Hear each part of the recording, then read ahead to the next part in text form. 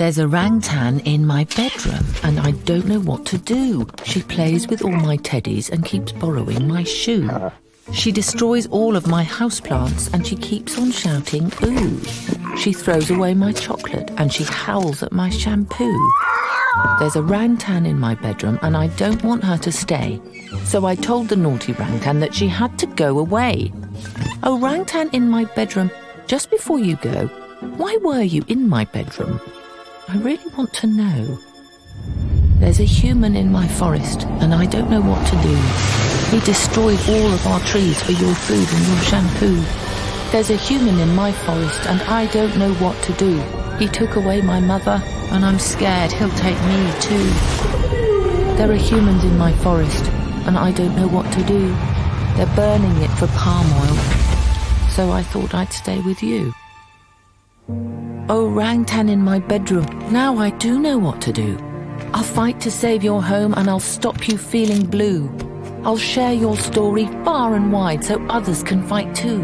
Orangutan in my bedroom, I swear it on the stars. The future's not yet written, but I'll make sure it is ours.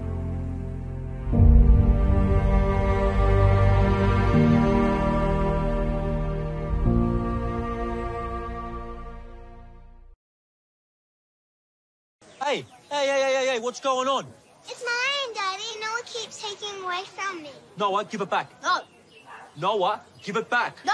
I said give it back now. Noah! Larry, what the hell are you... Larry! Larry, you can't just... Oh, Larry! Oh, are you all right? How did you... Larry!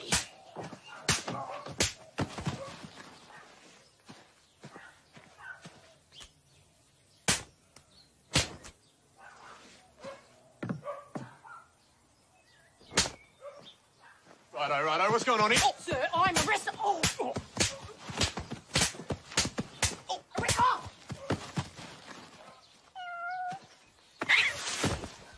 The Slap, Part 2.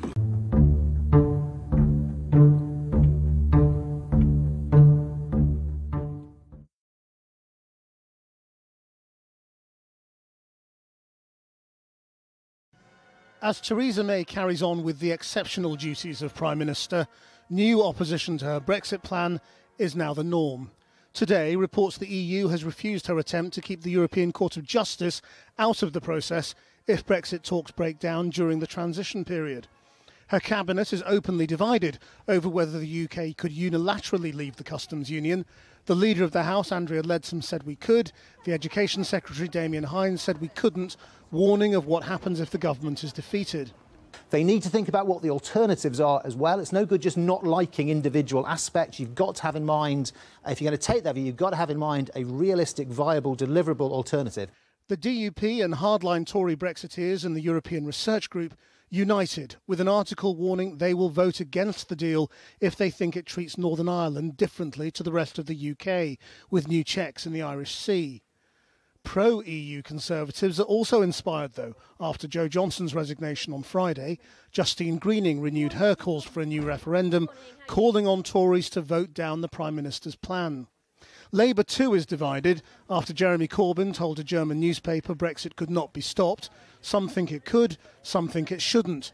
Emily Thornberry stuck to the agreed party line that a people's vote referendum is still on the table. If we don't have a general election, which we think we should have, then yes, of course, all the options remain on the table, and we would, campaign for there to be a people's vote. But there are several stages before we get there. Well, Alistair Campbell is one of the biggest advocates of a people's vote, another referendum. Suppose you got it, and suppose this time Britain voted to remain. Why should we follow the result of a new referendum when we haven't followed the result of the last one? Well, the question that would arise then was whether the country could unite around it. And what's absolutely palpable since the 2016 referendum is the country just hasn't united. And I think we're seeing why. Because, the campaign was won on a lot of lies. The negotiations have been conducted, frankly, on a lot of fantasies. We're going to have our cake and eat it. And now the reality is coming up. And I think that the country is looking for a way out of this. And I think that the deal... But we are divided as ever. 54-46 is not that different. I accept that, but don't forget, that's after 2.5 years where the government, the opposition, most of the media has been saying there's no alternative to this. Why did almost 750,000 people take to the streets? Most of them probably never been on a march in their lives before, because I think there is a growing sense in the country. I think you saw it on your programme last week with some of the contributors on the floor, that people are starting to think, hold on, this has been a bit of a fantasy, but now it's becoming real, and we don't like what we see. Now, the deal, Theresa May has to do her best to try to get an agreement. And let's remember, we're just talking about the withdrawal agreement here, the divorce bill. It's not the deal, it's just not the deal. Yeah. This is just putting the deal off into a sort of blindfold Brexit. So if she really believes this is the right thing for the country, let the country say, yes, this is what we want, or not. But does no part of you as a Democrat worry about disregarding a democratic vote? Yes, yes. And I think that the mess that we're in is, there's no easy way now. And look, David, it's anti-democratic, isn't it? You're ignoring a will of the people. I think what is really anti-democratic is for MPs, who are the leaders of the country, elected representatives, government opposition right across the piece, for MPs to vote for something that deep down, most of them, and privately they say, this is going to damage the country. I think it's not democratic to say the deal, the agreement, we put that back to the people to say, is this what you wanted? And I suspect that if that choice was given to the people, they'd say, no, it's not. Because how can a Leaver vote for this? This is not the Brexit that they wanted. Isn't this Parliament's job, though? Why put it back to a divided nation, divided again, unleash all sorts of forces of, God knows what the campaign would be like? It's a very dangerous proposition, isn't it? It could make things worse. I don't think so. I really don't. I'm not pretending it would be straightforward. I'm not pretending it's not easy. Listen, these forces are out there anyway. This argument that I keep hearing from both sides, frankly, Labour and Conservative MPs, who say that if you do this, it'll unleash these forces of the far right. Are we really saying that we stop ourselves from doing what we think is the right thing because we're worried that bad people on the extremes of politics are going to exploit it? The job of leaders, surely, and MPs are all leaders, is actually to think really deeply, as Joe Johnson has clearly done, and I think a lot of MPs are thinking this. This is one of the biggest votes they're ever going to have to face in their lifetime, because it's going to set the course of this country for the rest of our lives. And so they've got to think about that. But how is it actually going to happen? If Theresa May says, under no circumstances, she's not going to put this to Parliament. If she doesn't put it to Parliament, it doesn't happen. She also said, under no circumstances would she have a snap election. As Michel Barnier has said, is that he's noticed in negotiations, Theresa May tends to say no until she says yes. You think she will change her mind? I think she'll be forced to change her mind because the country is not accepting this. But can't she just plough on? If it gets voted down, she can just let Britain Brexit at the end of March. What's to stop her? I think the politics of that are virtually impossible. And I think it's a very, very... You talk about dangers. I think it's a very difficult and dangerous thing to do. I think the reason this is coming to a head in the way that it is that I think MPs are beginning to realise that they are going to be voting for something that they know is going to damage the country. That's a big thing to do. You can have all sorts of differences of opinion, and left and right, and open and liberal and unliberal and all the rest of it. But actually to do that, you never hear any of them anymore saying this is going to be good for the country. The only argument they use is will of the people. But the will of the people can change, just as your poll last week showed it probably is. Let me just ask you, Macron said today, old forces are unleashing. Yeah. This could be, the world slipping into disunity. That's why it needs leadership. How do you feel on Remembrance Sunday, bearing in mind your role in Iraq, on this day when we remember the fallen in Iraq as well? Well, I do think we should remember the fallen in all conflicts, but I also think that today of all days is a day to reflect on the state of our world, on the state of our alliances, on the fractured nature of our politics around the world, and of this real battle of values going on. So, of course, I reflect about those who lost their lives in Kosovo, in Iraq, in Afghanistan, and all of the different conflicts that were part of the story of the government that I was supporting and working for.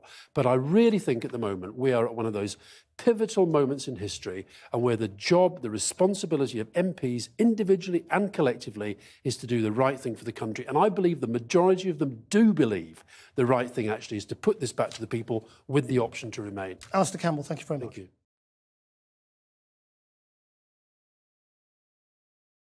There have been more calls today from MPs for Theresa May's Brexit plan to be scrapped. Jeremy Corbyn said if she pushed it to a vote in the Commons and lost, she would have to renegotiate or resign.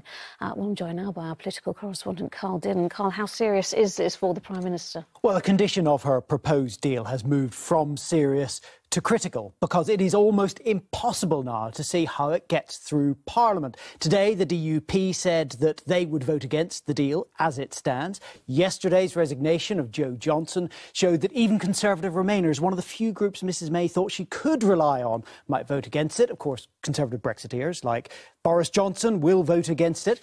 Labour could help her out, but they have 6 tests, which this deal is almost certain not to pass. And today, Jeremy Corbyn said what he thought should happen next. We will test the government against our 6 questions. Our 6 points will be put to them. We will vote accordingly. If it means we vote against the government, we vote against the government. If it's defeated, it means they've got a choice. Either go back and negotiate something better or resign. Now, normally you would expect a Prime Minister, if not the government, to resign if Parliament rejected their proposals on the single biggest issue facing the nation. But these are not normal times. We would at that point be 3 or maybe 4 months from Brexit happening anyway. There would be an urgent need to either find a set of proposals Parliament could accept, which seems very unlikely, or to start preparations in earnest for no deal. And that means there might not actually be time to find a new Prime Minister. And that's how serious this now is. All right, Carl, thank you. The arch-Brexiteers are against it, the Remainers are against it, the DUP, who prop her up, are against it, and Labour, who want her out, are against it. But Theresa May is showing no sign of changing her position on Brexit and still seems to think everyone else will blink as they peer over the edge of a no-deal Brexit.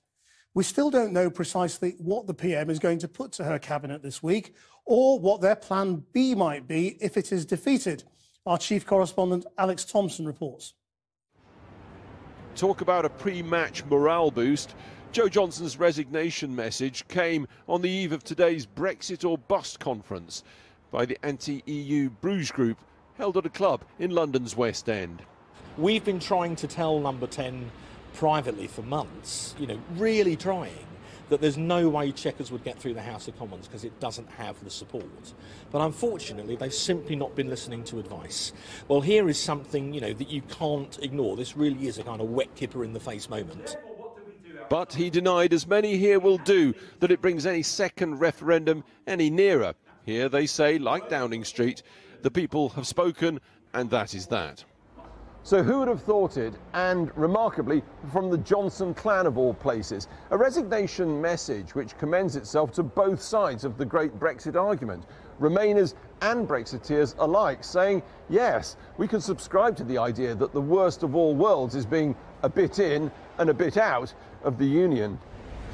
Plainly, Johnson Jr.'s valedictory assault yesterday on his boss's big idea warms the hearts of his fellow Remainers, as well as that of big brother Brexiteer Johnson Sr. Fellow Remainers like Philip Lee MP. I don't think any of my Conservative colleagues want to bring down the government, but what they are concerned about is the national interest. They're putting their country first, and they can see that where we've arrived with regards to this Brexit arrangement is not what the Brexit voters voted for in 2016, let alone obviously the Remain voters. So he says a second referendum is a no-brainer. Some Remainers clearly pulling the plug on the PM's plan. But what of the government's life support machine itself, the Democratic Unionists? They want reassurance, but say they're getting just more anxiety. Their party leader wrote today, "Last week I wrote to the Prime Minister outlining broad concerns about the direction of travel. I wrote in the hope of reassurance and with the desire that an acceptable deal for us all was within grasp. Instead, I received confirmation that we were right to be concerned." Away from it all in many ways, Jeremy Corbyn in North Yorkshire today, sampling the delights of Saltburn's funicular railway.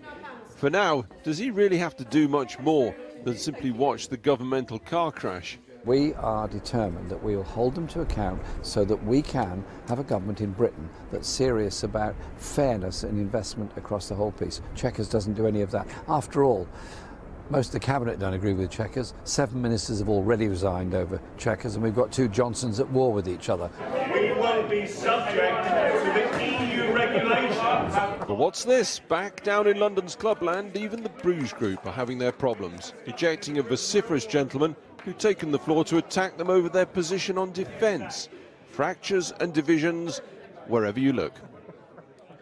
Alex Thompson there with that report. I'm joined now by the Conservative MP Chris Philp, who is in Croydon. Thank you for standing out in the rain. Now, Joe Johnson, who was resigned yesterday, is normally a man with whom you agree. So when he says that Theresa May's Brexit is a choice between being a vassal state in which we obey European rules and don't have a say in them, and chaos, why is he suddenly wrong? Well, I think, Joe is a very nice and a very thoughtful man who I admire and respect, but I think he's been premature because the deal is still under negotiation. We don't know the exact form it's going to take, and we're probably not going to know for another number of 2 or 3 weeks. Who knows? So I think his resignation is premature, and what he should have done, and what anyone thinking about this should do, is wait and see what the deal looks like, scrutinise it carefully when it's published, and then decide if you want to support it or not. Because to resign before it's even been negotiated is extremely, as I say, it's extremely premature. But we know that what is being taken is a single market on goods in which we effectively obey European rules on goods with which we do not have a say, and that the fallback position is likely to be the UK staying in the customs union. So these are things that we would be obeying but not having any control over. That's what he means by vassalage. Why is that wrong? So if you're talking about the backstop, I think you are, that is intended to be a temporary arrangement if there's a gap, if there's a lacuna between the end of the transition period and the start of our future trading relationship, and which may be a Canada-style free trade agreement, maybe more like the Chequers agreement. We'll find out. But the point is that the backstop, if indeed it's ever invoked at all, it can't be something which continues in perpetuity. The Prime Minister has been extremely clear, repeatedly, in public, in private, in the House of Commons, in the media, with the European negotiators, that we can't have a situation where the United Kingdom, or indeed any part of it, gets stuck in a backstop of the kind you're describing with no way out. That is not something the Prime Minister is going to negotiate or agree to, and I don't think Parliament would agree to it either. So the situation you're describing, if it ever happened, would be temporary, and it would be within our power to leave it. Well, the trouble is, you can say whatever you want, but it's not necessarily within our power in a legal agreement. Now, if we get to the point where this deal is voted down, what should the Prime Minister do? Well, I think you're getting a bit ahead of ourselves because the deal hasn't even been negotiated yet. Well, it's not looking good, is it? Still, it's been voted down. The DUP are against it, Labour's against it, Christian, the ERG in the Conservative Party are against it, the Remainers in the Conservative Party are against it.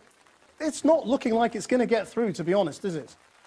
Well, I admire your attempt to draw me on something, speculating about something we're not even been agreed yet. It's still being negotiated, and as far as my energy and efforts are concerned as a backbench Member of Parliament, what I'm doing is trying to offer the government, suggestions and offer them my comments. For example, I'm very keen to make sure that there's a way of linking this £39 billion exit payment to the future state trade deal, whatever form that takes. So, I'm offering my ideas. It's way premature to think about, what may happen if the deal gets voted down. It hasn't even been agreed yet. What we should all be doing, those of us with the national interest at heart, is supporting the Prime Minister in doing this very difficult negotiation. What's the plan B? And the Labour Party have come out and said, well, hang on, the Labour Party have come out and pretty much said they're going to vote against this deal no matter what it contains, and that is extremely irresponsible. What they should be doing, if they're a responsible opposition with the national interest at heart, is saying that they'll look at it and make a decision when it comes out. But they're not saying that. They're saying they'll vote against it no matter what, and that is irresponsible. Chris Philp, thank you very much indeed. I don't think that's quite how Labour would characterise their position, but we'll let them speak for themselves.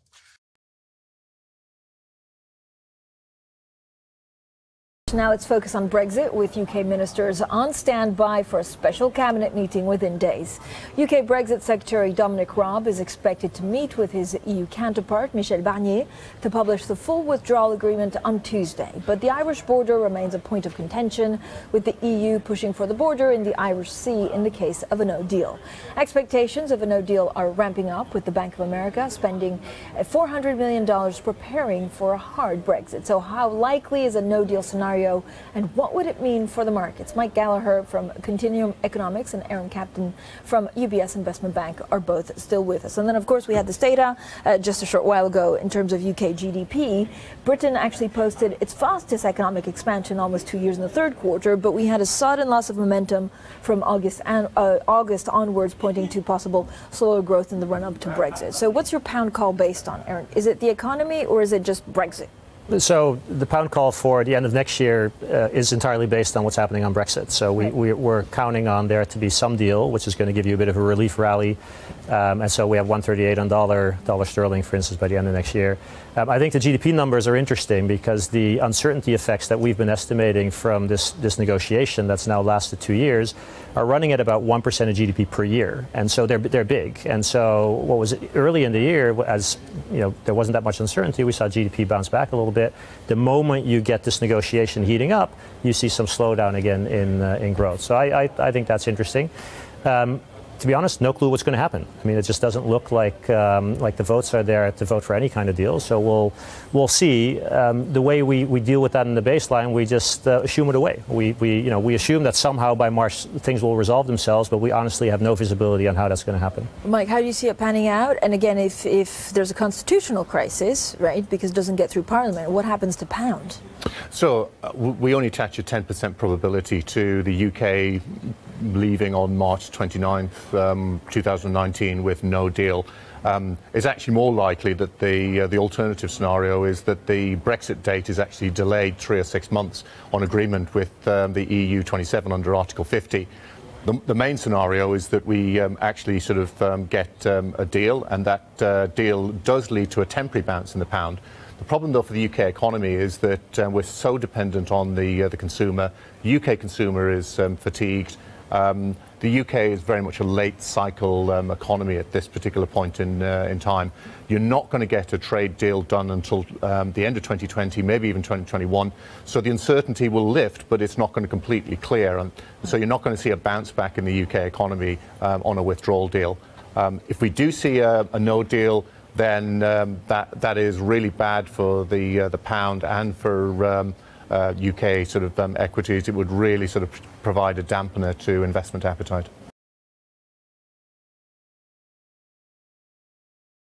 The Prime Minister is absolutely clear that there is going to be an extension of our membership of the Customs Union. So does that mean that you will vote against the deal that she brings back? Well, it contradicts the Prime Minister's previous position. What was meant to happen was that the period post our leaving, the 21 months, was an implementation period of what had been agreed, not a continuation of negotiations. The idea was that although the EU couldn't formally sign a deal, the outline of it would be agreed and then would be signed once we'd left, with 21 months to implement it. What we're now being told is because the government's negotiations haven't achieved this, which a harsher person than me might call a failure, the government is now going to ask for even longer to negotiate without any clear time limit. That is not delivering on Brexit. So can I be clear, because it is important, people will... You are saying that you yourself, and presumably a number of your colleagues, are now certain to vote against this Brexit deal? We're not certain because we haven't seen the deal. What I'm saying is that people like me are sticking to the Conservative Party manifesto, so which if there is an extension of our membership of the Customs Union, that is, for you, to use that dreadful phrase, a red line, and in those circumstances, you would vote against the deal. I'm sticking to the Conservative Party manifesto that said we would leave the Customs Union, and it didn't say that we would leave it subject to extending it for years and years and years, potentially. So, yes, you're absolutely right. If there is an extension to the Customs Union, I will vote against it, because it denies what the Prime Minister herself has said and has promised. And I expect the Prime Minister to deliver on her promises. Just when it looks like we are close to a deal in one form or another resignation, how damaging is Jo Johnson's departure? I think it's very damaging, but I'm surprised it didn't come sooner, because we had 2 or 3 people leave straight after the Chequers announcement. That was a disaster of a plan. Now she seems to have ditched her Chequers plan, but has come up with something even worse, because the EU keeps throwing obstacles in the way, the backstop to the backstop, and it seems that she's sold out the DUP, and she's told them one thing, saying that there won't be any border down the Irish Sea, but she seems to have made a different arrangement with Monsieur Barnier in the EU. So, of course, the DUP is very, very unhappy about this. I think Jo Johnson's done the right thing to resign, and I would expect some more. I'm very surprised that she's held on for this long, but the question is, how much longer can she survive? Not much longer, I don't think. Well, in the meantime, as we've been hearing, calls for a second referendum, they do appear to be growing. What are you so scared of? Well, the people have already voted to leave. These people who want a second referendum, they call it a people's vote. But we've already had a people's vote. The people's vote was on the 23rd of June 2016. 17.4 million people voted to leave, and it was clear we're going to leave the EU, the single market and the customs union. If they go back and have a second referendum, overturn the democratic will of the British people, that is not just going to damage Brexit, it's going to irrevocably damage our democracy as well, and that is something that we cannot simply do.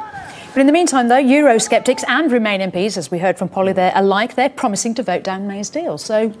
yeah, I mean, that's the thing. I think that whatever way you look at it, whichever way you slice it, she's not going to get enough votes to get her deal through Parliament unless she makes it so soft that the Labour Party votes with her. And I suspect that may be what she's doing, because she seems to have been reaching out to the Labour Party, behind the scenes and in her rhetoric over the last couple of months. I really worry that that's her plan. But if she makes it so soft that we stay in the customs union, we stay in the single market, that is not Brexit. And the people that voted to leave are going to feel very, very betrayed by that. Well, in the meantime, then, would the EU really give us a better deal than the one they're offering at the moment? If Mrs May was a good negotiator, which she's not, if we had someone like Nigel Farage, for example, who would be a fantastic negotiator, who would have said, look, let's be adults, we want a Canada plus kind of free trade agreement where we have tariff-free trade in goods and services and capital that's mutually beneficial to us in the UK and the EU. Take it or leave it. If you want it, that's going to be good for you. If you don't want it, we'll go out on WTO rules. We can trade with countries around the world. We can control our borders, we get our fishing grounds back, and you don't get any money from us either. If she went in with that at the starting point, we would have had a good deal already. But she hasn't, and we haven't, unfortunately. And David, the final question. The worst-case scenario would be crashing out in March with no deal. Business say that we're simply not ready. Can you foresee that? That is not a bad situation. That is not the worst deal. If we come out on WTO rules, that's not crashing out. That's the wrong language. The only people that say that are the people who want to throw obstacles in the way of Brexit and eventually take us back in. Look, we need to come out. People want our independence back. People want to control our borders. We want to bring immigration down. The fishermen want their fishing waters back. The people in the military, Veterans for Britain and other groups, do not want to give away control of our armed forces. So coming out with no deal is not really a no deal. We're going on to WTO rules. We take back our seat in the World Trade Organization. We will be a fully independent country, prospering once again.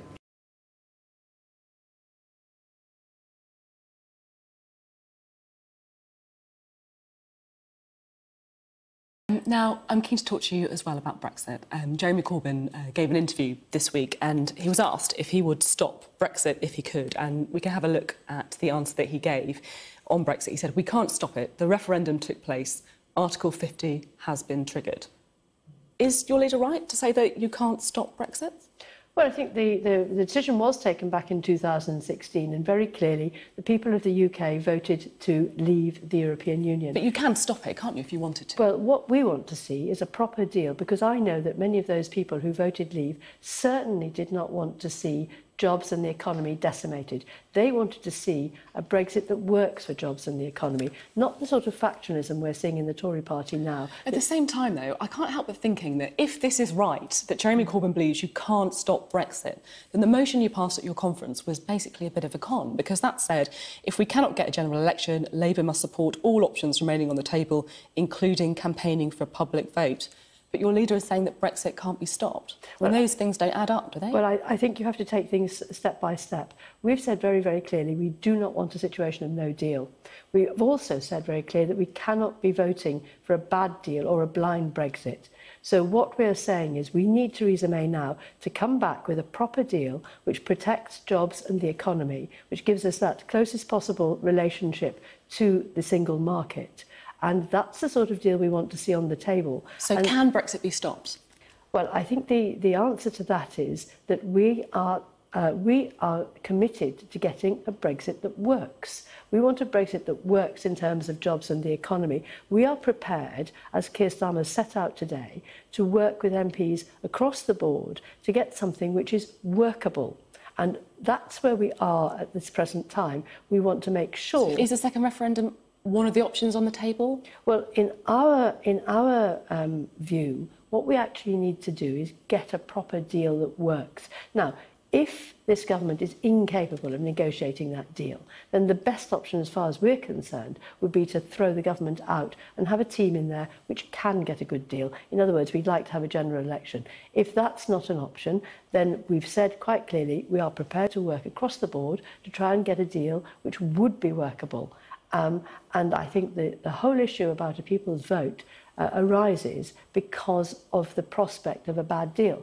And I think if a good deal were on the table that did do, as I've said, protect jobs and the economy, then I think that issue would not be half as vibrant as it is. OK, Neil Griffith, thank you very much.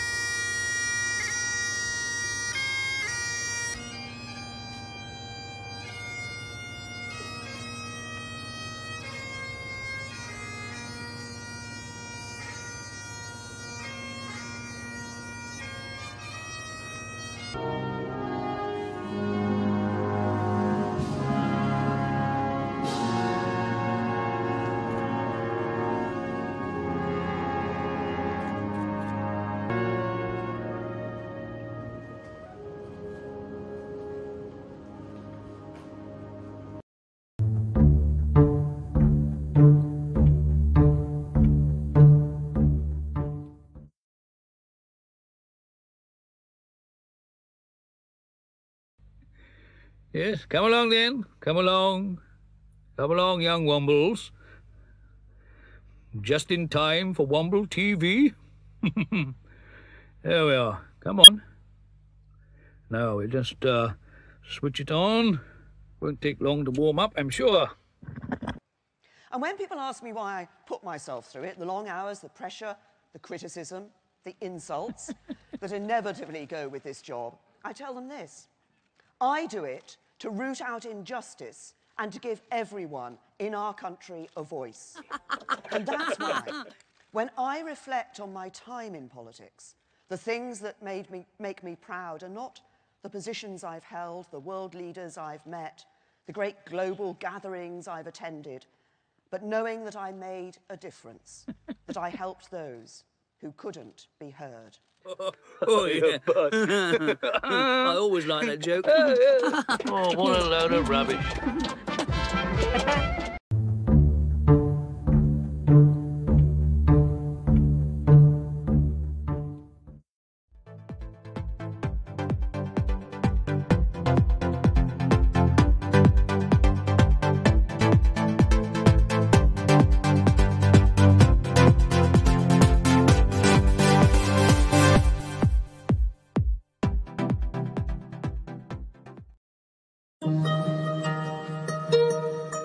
Our goal is simple: a fairer country for all those born here, for those who have chosen to make this their home, and for the generations yet to come.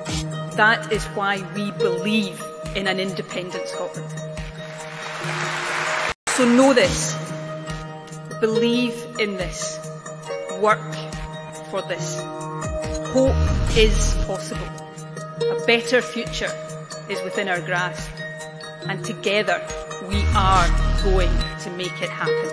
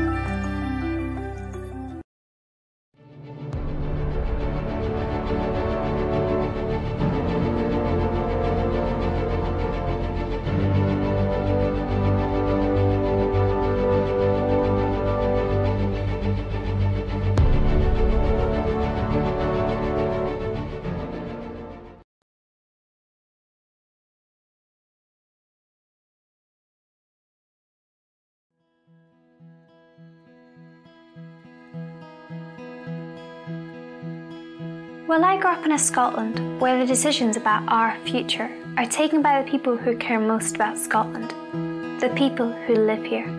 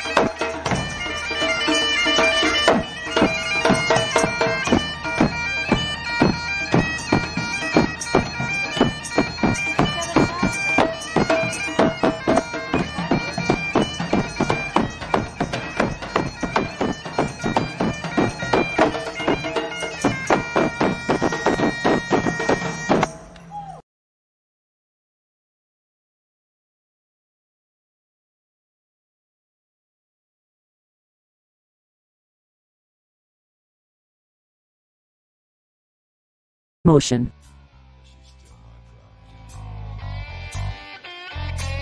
Every once in a while, I roll her out.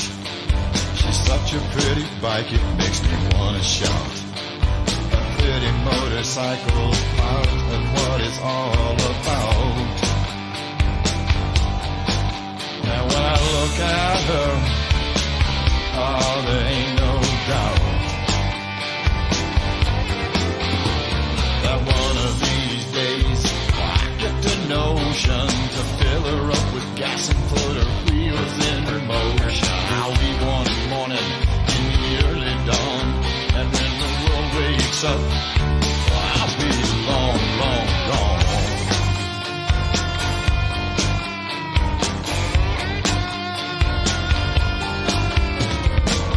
Always telling me that I'm too old. Just rattle my old Harley and hit the road. And it might be right, but brother, I'm not sold. And when I'm long gone, I don't say you weren't told. That one of these days, well, I get the notion to fill her up with gas and put her wheels in motion. I'll leave one morning in the early dawn, and when the world wakes up, I'll be long, long gone.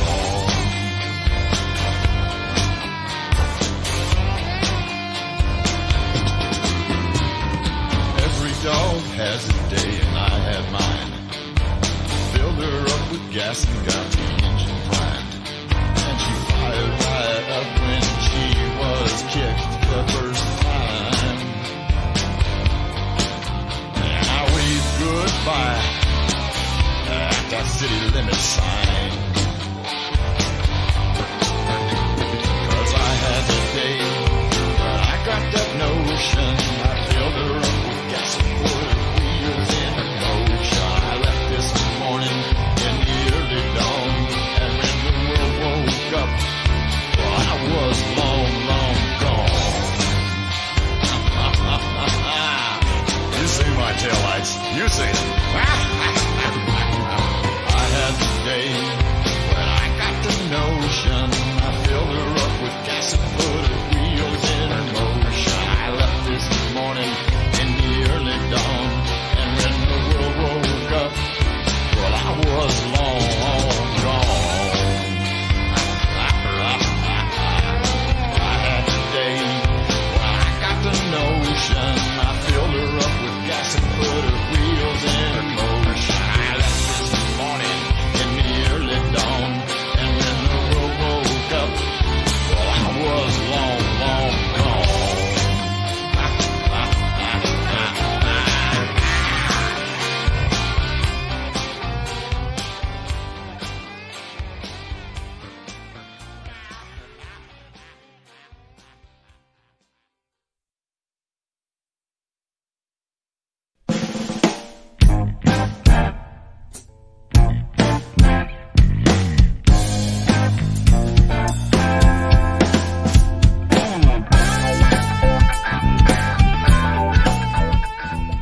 Playing now. Manny the Martyr, Be That Way.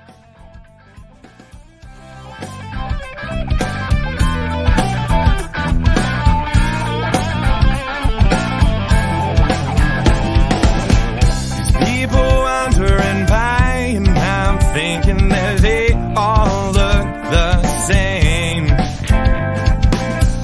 Spending entire lives blending in, and I think it's such a shame. Hardly speaking, sometimes tweaking their lives away. Whoa. Sometimes cursing, some reversing, but somebody's got to step up and say, yeah, losing sight or compromising it. Oh, it's to blame, yeah. Take a chance or second glance. It don't have to be this way. Yeah. Crowded streets as I walk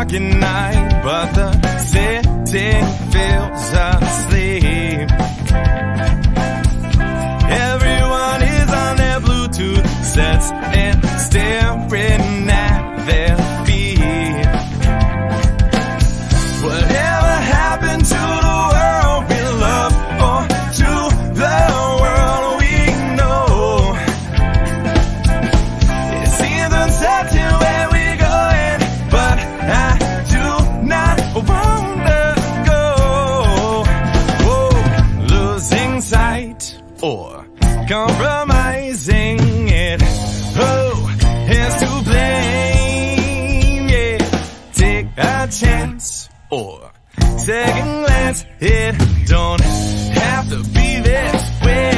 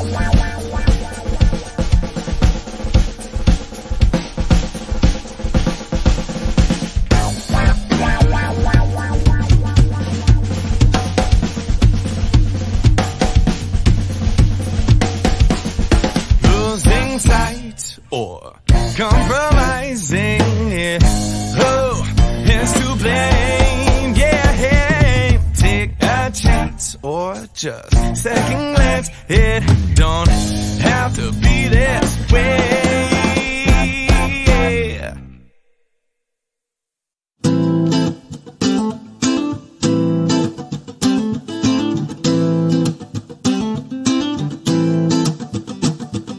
Life's a foolish game. Do you ever feel the same? Well, maybe we Playing now. Snowflake, a foolish game. in the darkness. We're sailing right into those jagged cliffs. Yeah. Some say we've always been insane. Hey, life's a foolish game. Simple equation, burning closed system. Natural world gone missing, plus all our CO2 emissions equals degradation, waste and shifts and mass extinctions. Oh no. But maybe we can change, we sure can't stay the same, 'cause life's a foolish, foolish game.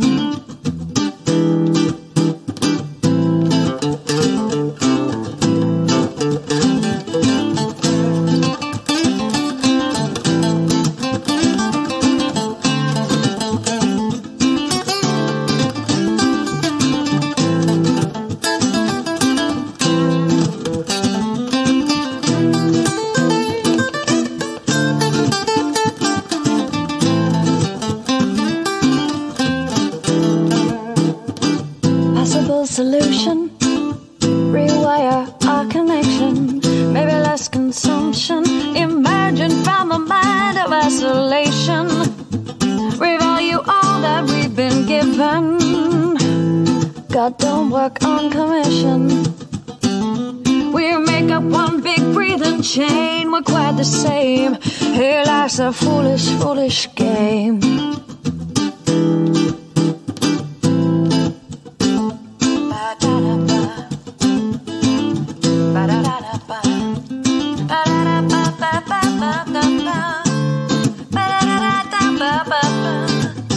Ba-da-da-ba-ba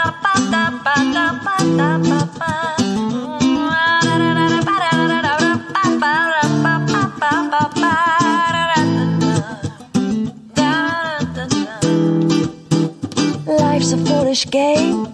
Do you ever feel the same? Well, maybe we could change and turn the ship another way. Take less than we've been given if we move in that direction. Yeah. We'll find our place in this living chain. We're quite the same. Yeah, life's a foolish, foolish game. Life's a foolish game. Hey, life's a foolish game. Life's a foolish game. The coolest radio station in the world, Radio Ice, from Independent TV and Radio Scotland.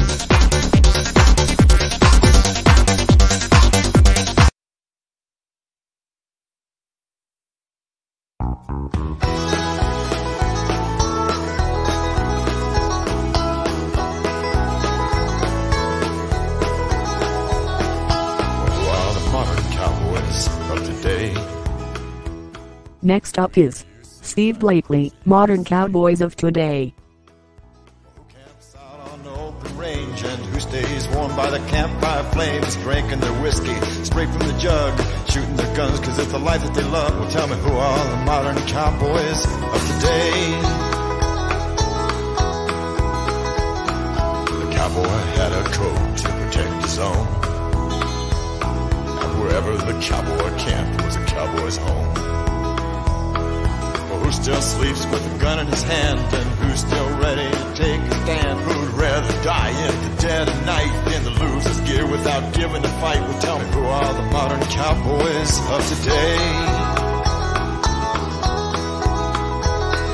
The cowboy loved his horse more than his lady true, but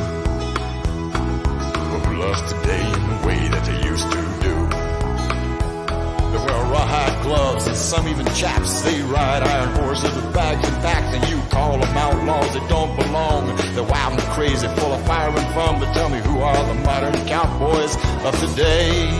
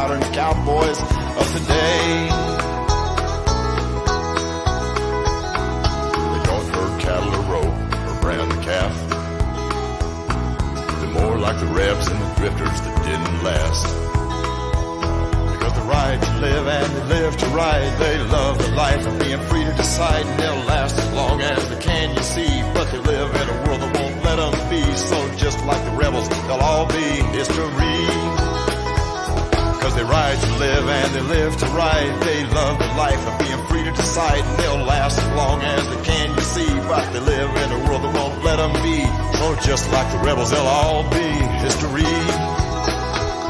Tell me, who are the modern cowboys of the day? And who do you see riding across the USA?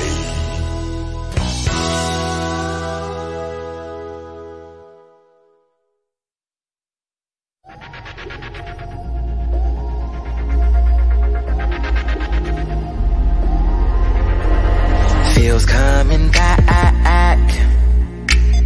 Bodies intact. Next we have Cortez, BD. Yeah, feels good lying next to you in this bed. Tried to leave but I just came back instead. Eyes rolling to the back of your head, burning up, my body's turning red.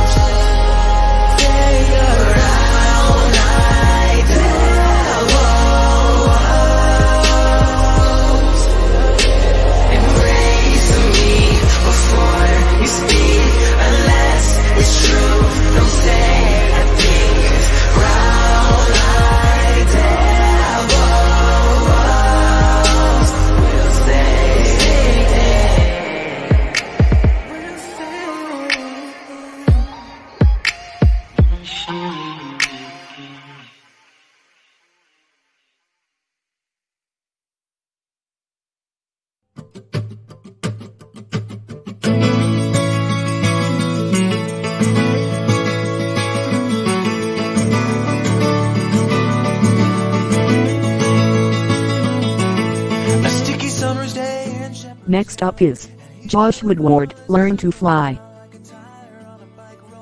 Columbus Street. But Katie got a little look of hope in her eyes, and her arms unfold, and she looked to the skies and said, I'm gonna learn to fly around with you, yeah. She jumped up high and she fell to the ground and skinned her little knee and made a horrible sound. She got right up and she tried it again, and smiling all the way with her unstoppable grin.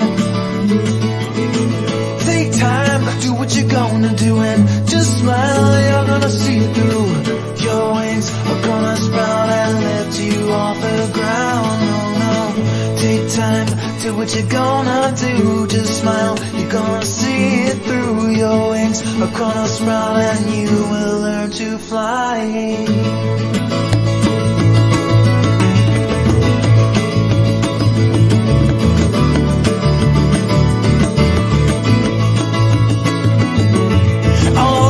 Children used to laugh at her. They say your head is in the clouds, and when you come back to earth, the men in the white coats, they will all be waiting for you.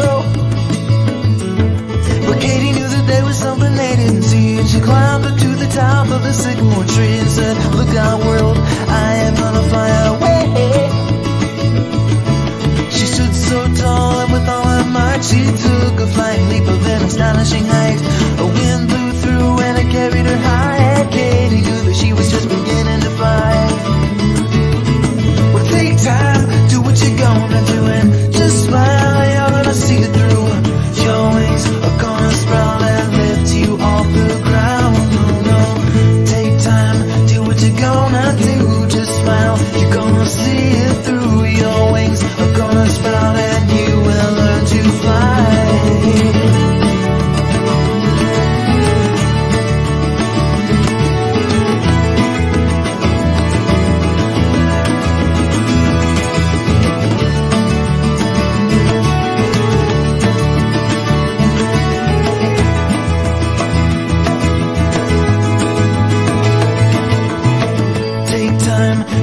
Gonna do and just smile, you're gonna see it through, and your wings are gonna sprout and lift you off the ground. No, no, take time, do what you're gonna do, just smile, you're gonna see it through. Your wings are gonna sprout and you will learn to fly.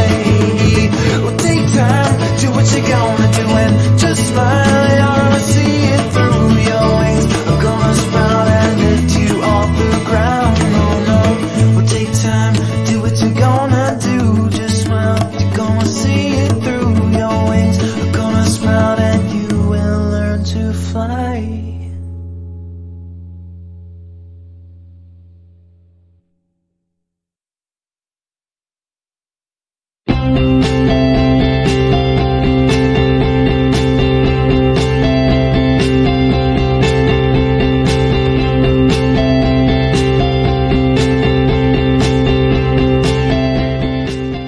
Track playing now.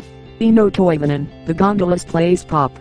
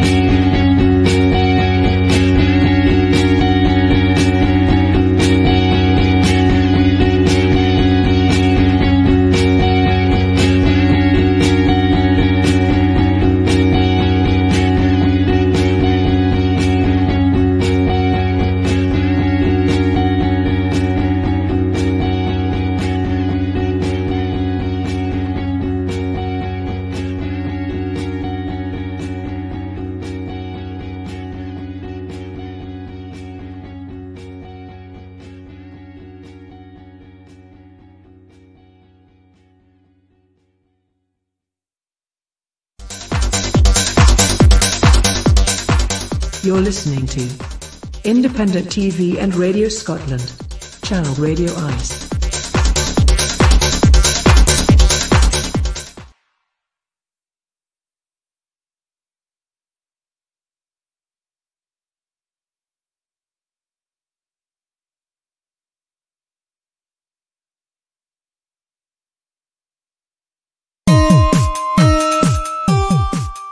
Playing now.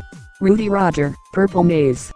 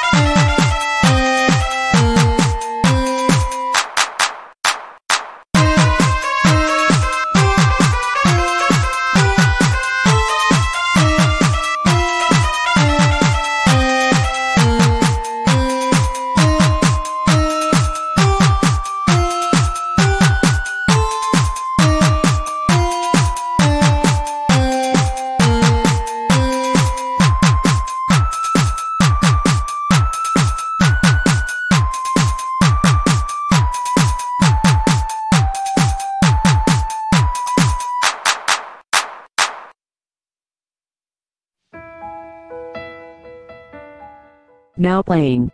Axel Antunes, Better Eyes.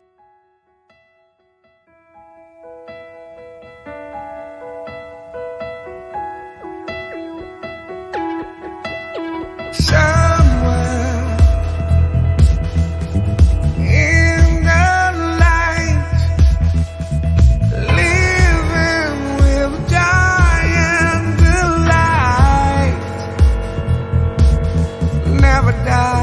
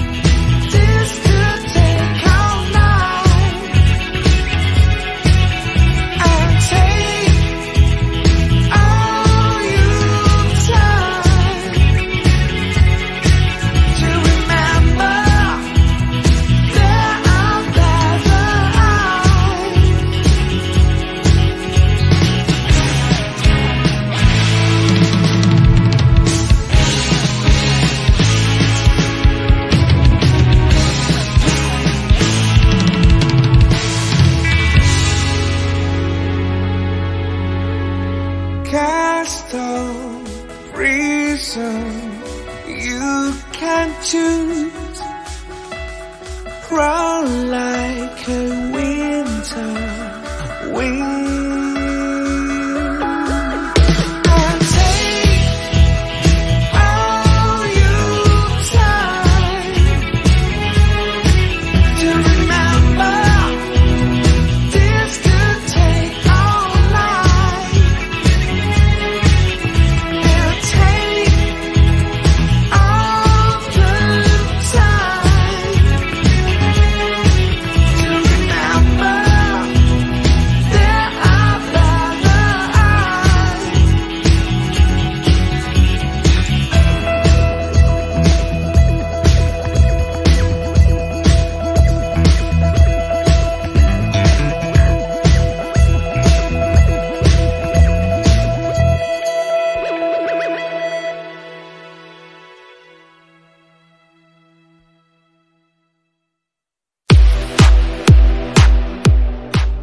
Next up is Sunrise Boulevard, Felon.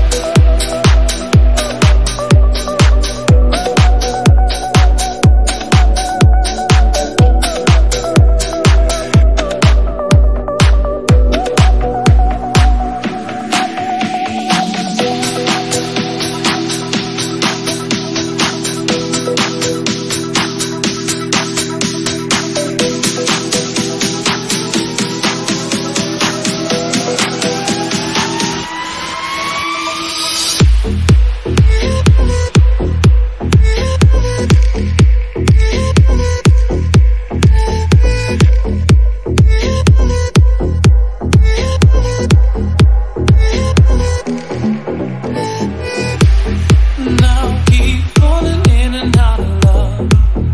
Keep falling out and living your life. You got me on your mind. You got me on your mind. Now keep falling in and out of love. Keep falling out and living your life. You got me on your mind. 'Cause all I see is you, all I see is you. 'Cause all I see is you, all I see is you.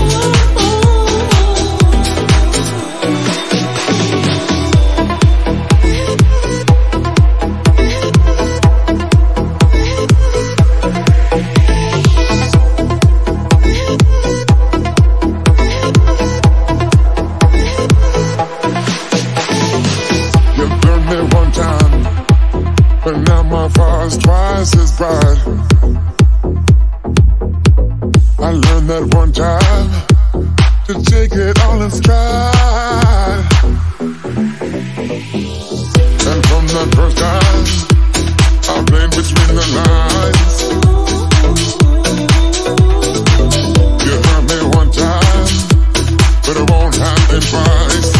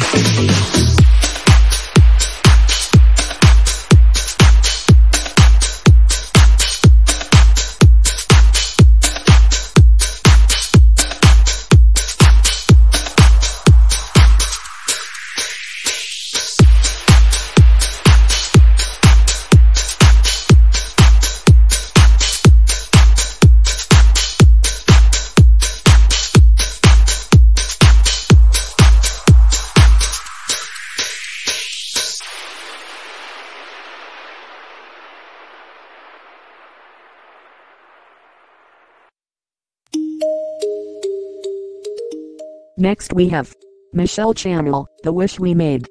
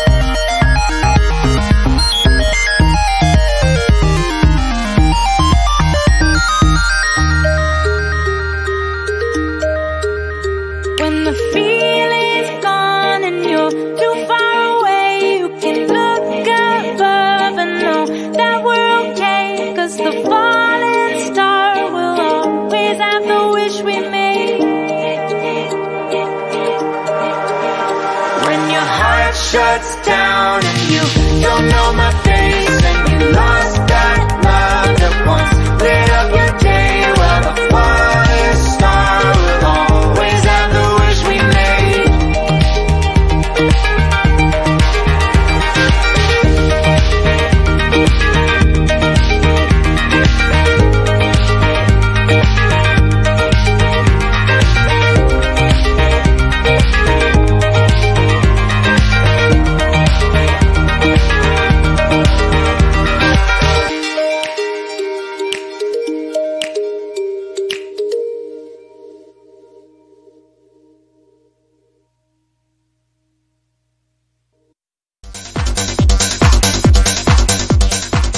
You're listening to Independent TV and Radio Scotland.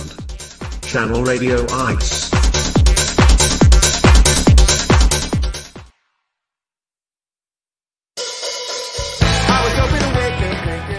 Track playing now. Jeff Rosenstock, Never Gonna Get It Back Again.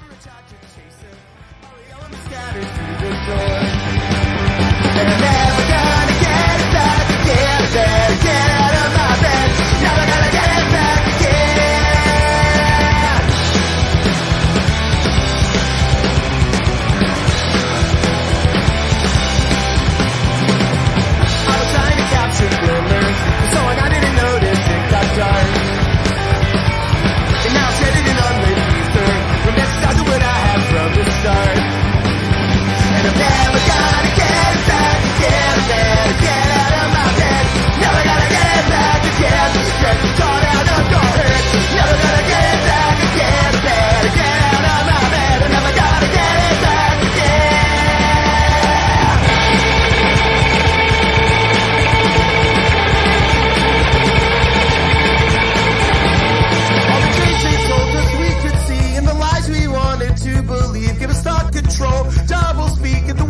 upon reality. An authoritative Christian state in a home in which our hearts can break till the fire in us dissipates. We're waiting back, we're ready away from the sky. Never gonna get it back again. Never gonna get it back again. Never gonna get it back again. Get the blood out of your head. Never gonna get it back again.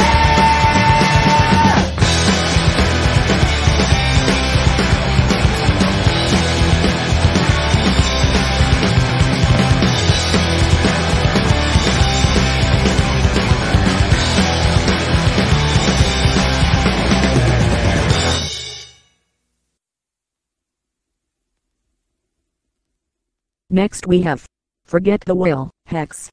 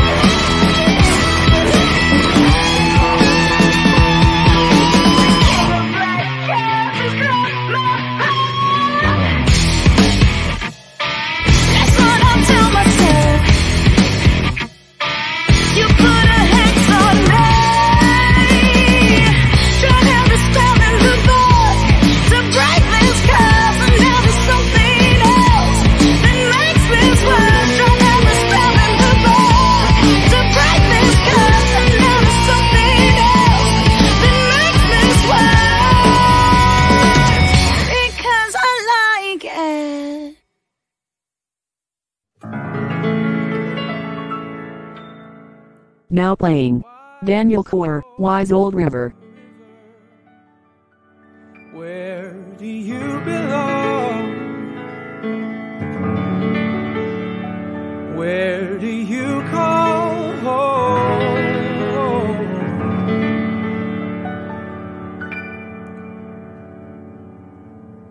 And where are we now?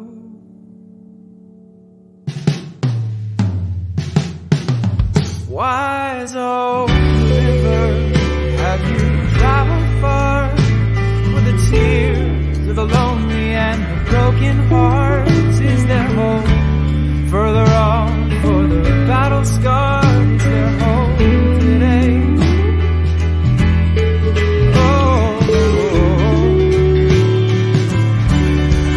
Where are we now? Where have we been when this life we lead comes to an end? Where will we be? Where are we now? Wise old river, will we meet again? Are we the same as we've ever been before? Will we change just around the bend? Are we changed today?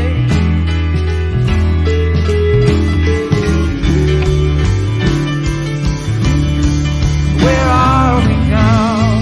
Where have we been when this life we lead comes to an end? Where will we be? Where are we now?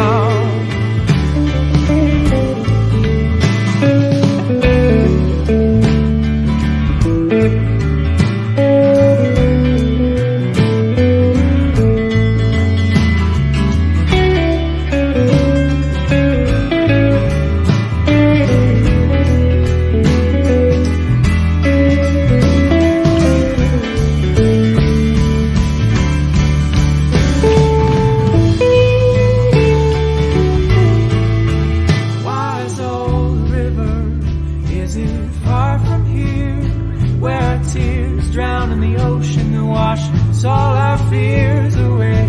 Where the tide crashes with a loss severe, singing strong and slow. Oh, will we make it home? Where are we now? Where have we been when this life we lead comes to an end? Where will we be? Where are we now? Where have we been when this journey long comes to its end? Where will we be? Where are we now? Yeah.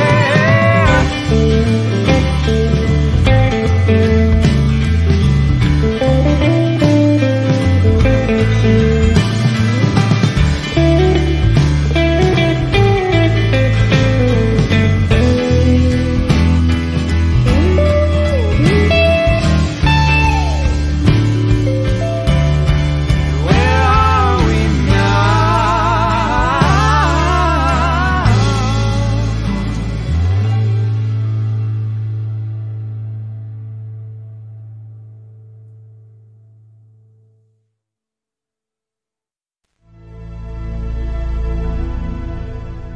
Track playing now. Night of Fire, Peace in Sunlight.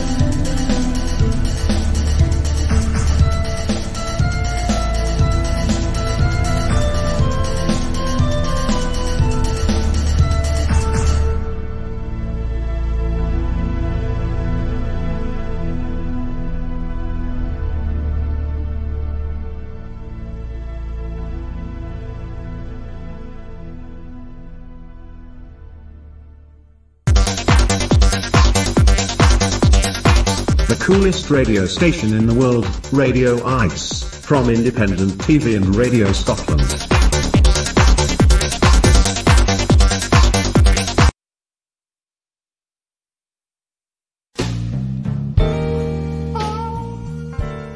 Next we have Morgan Greig, Tammy.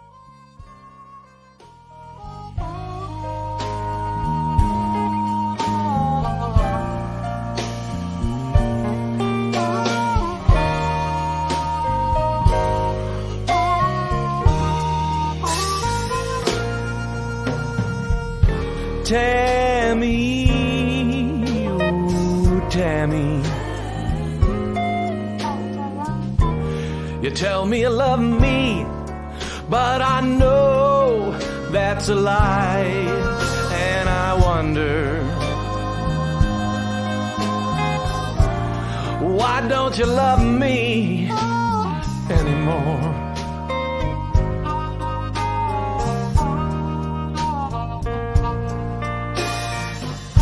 Tammy, ooh, Tammy, your kiss has gone cold and there's ice in your smile, and I wonder,